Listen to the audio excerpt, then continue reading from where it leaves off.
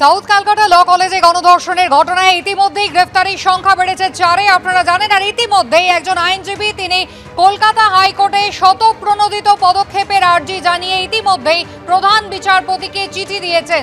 দ্রুত শুনানির আর্জি জানানো হয়েছে এবং প্রয়োজনীয় পদক্ষেপের আর্জি জানিয়েছেন ওই আইনজীবী।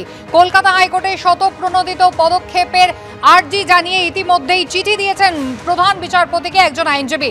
কথা বলবো, সৌভিক মজুমদার রয়েছেন টেলিফোন লাইনে। সৌভিক, বিস্তারিত জানতে চাইবো।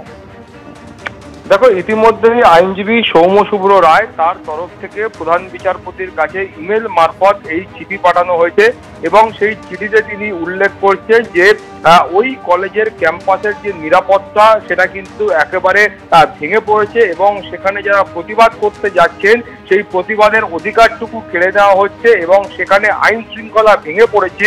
এবং এই অবস্থায় একটা ল কলেজ বা আইন কলেজের ভেতরে এই ধরনের ঘটনা কিভাবে ঘটে এবং সেখানে নিরাপত্তার এই যে ফাঁক সেটাই বা কিভাবে থেকে যায় সেটা নিয়েই কিন্তু এই আইনজীবী প্রশ্ন তুলেছেন এবং তার বক্তব্য হলো, মাননীয় প্রধান বিচারপতির কাছে তিনি আবেদন জানিয়েছেন যে কলকাতা হাইকোর্টের তরফে যেন স্বতঃপ্রণোদিতভাবে এই মামলা গ্রহণ করা হয় এবং তারপরে উপযুক্ত যে পদক্ষেপ রয়েছে সেই পদক্ষেপ যেন গ্রহণ করা হয় সেই মর্মেই কিন্তু তিনি এই চিঠি দিয়েছেন এবং আগামী সোমবার যেন মাননীয় প্রধান বিচারপতি এই মর্মে হস্তক্ষেপ করেন।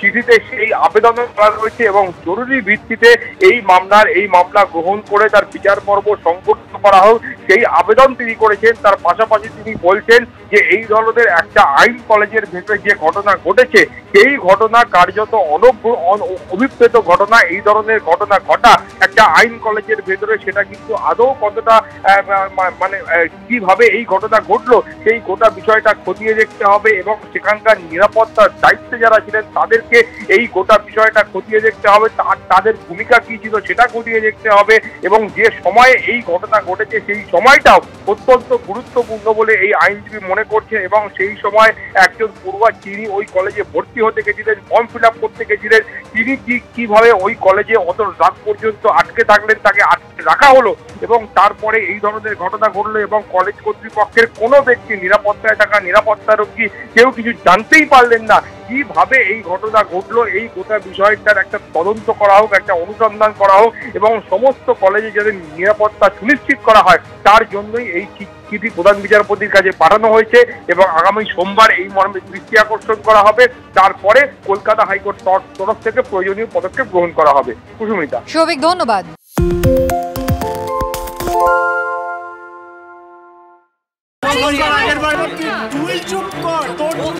বাংলা ঝামেলা চায় না, বাংলা খবর চায়।